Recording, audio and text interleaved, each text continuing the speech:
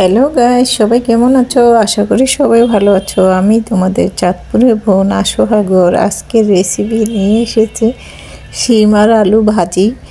শীতের শিম এবং আলু দিয়ে খুব ভালো করে একটা সুন্দর করে ভাজি বানিয়েছি। খেতে কিন্তু অসাধারণ ছিল এবং খুব সহজেই বানিয়ে নিয়েছি। তোমরা আমার সঙ্গে দেখতে থাকো।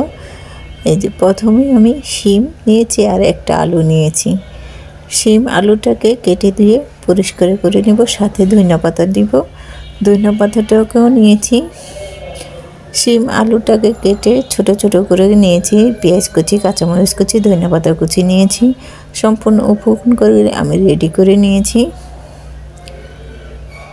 সম্পূর্ণ উপকরণটি রেডি করে এক সাইডে রেখে দিলাম। এখন রান্নার জন্য একটা কড়াই বসিয়ে দিয়েছি চুলায়। দিয়ে দিলাম সাদা তেল, দিয়ে দিব কিছু পেঁয়াজ কুচি। পেঁয়াজ কুচি দিয়ে নিয়েছি। এখন কাঁচামরিচ কুচিটাকেও দিয়ে দিব।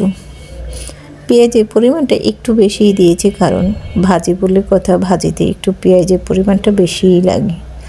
আর কয়েকটা কাঁচামরিচ ফাড়ি দিয়ে দিয়েছি। তেলের মধ্যে কিছুক্ষণ নেড়ে চেড়ে এভাবে করে ভেজে নেব।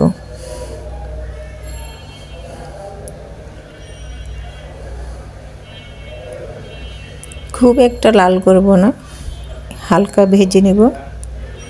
দিয়ে দিব কোয়াটার চামচের 1 চামচ পরিমাণ লবণ। 1 চামচ লবণ দিয়ে দিব। দিয়ে দিব কোয়াটার চামচের 1/2 চামচ হলুদের গুঁড়ো। 1/2 চামচ দিয়ে দিব লাল মরিচের গুঁড়ো। একটু তেলের মধ্যে নেড়ে চেড়ে নেব। প্রথমে আলু দিয়ে দিব। আলুগুলি দিয়ে দিলাম, একটু নেড়ে চেড়ে নিব। এখন শিম কাটাগুলি, শিম কেটে নিয়েছিলাম আগে থেকে, শিমগুলি দিয়ে দিব। শিম আলুটা একদম সুন্দর করে হলুদ মরিচের সাথে নেড়ে চেড়ে মিশিয়ে নেব কিছুক্ষণ।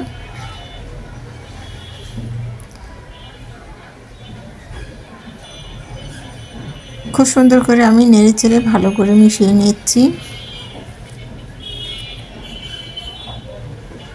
মিশিয়ে নিয়েছি। এখন ঢেকে রান্না করব কিছুক্ষণের জন্য।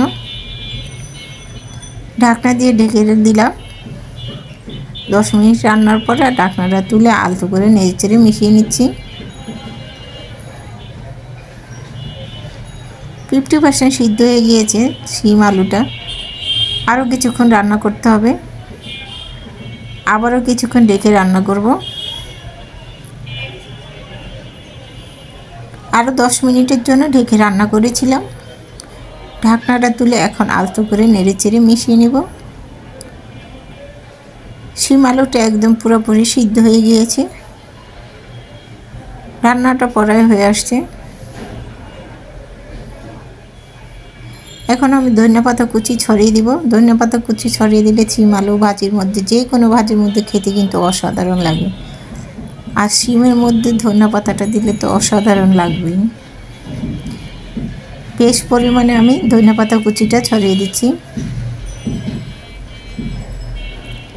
সম্পূর্ণ ধনেপাতাটা দিয়ে নিয়েছি। এখন আলতো করে নেড়ে চেড়ে মিশিয়ে নেব।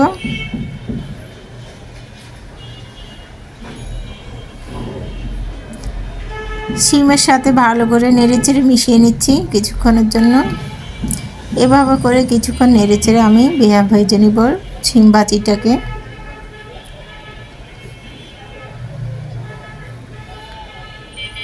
খুব ভালো করে নেড়ে চেড়ে মিশিয়ে নিয়েছি। শিম ভাজিটা কিন্তু আমার হয়ে গিয়েছে। আমি এখন চুলাটা অফ করে দিব।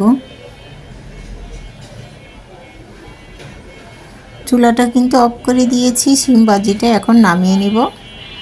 নামিয়ে নিয়েছি। একটা পাত্রতে বেড়ে দেখাচ্ছি কতটা সুন্দর এবং লোভনীয় হয়েছে। দেখতে যতটা সুন্দর, খেতে কিন্তু তার চেয়ে বেশি সুন্দর মজা হয়েছিল। কারণ ধনেপাতা দিয়ে শিম আলু দিয়ে ভাজি করলে খুবই ভালো লাগে। আমার এই রেসিপিটা দেওয়া থাকবে আমার ইউটিউব চ্যানেলে। আমার ইউটিউব চ্যানেলের নাম কিচেন স্টোরি বাংলা। তোমাদের যদি ভালো লেগে থাকে তাহলে ইউটিউব চ্যানেলে লাইক এবং লাল বাটনটা টিপ দিয়ে দেখতে পারো, তাহলে নিত্য নতুন রেসিপিগুলি তোমাদের বাড়ি পৌঁছে যাবে। আর আমার এই রেসিপিটা দেওয়া থাকবে আমার ফেসবুক চ্যানেল। আমার ফেসবুক চ্যানেলের নাম আসমা হাগার। ওখানে প্লিজ লাইক কমেন্ট ও শেয়ার করে দিবে, অন্যকে দেখার সুযোগ করে দিবে। রেসিপিটা খুবই মজাদার এবং লোভনীয়। এই রেসিপিটা ভাজিটা সাদা ভাত রুটি দিয়ে খেতে অসাধারণ লাগবে। রেসিপিটা আজকের মতো এই পর্যন্ত। আল্লাহ হাফিজ।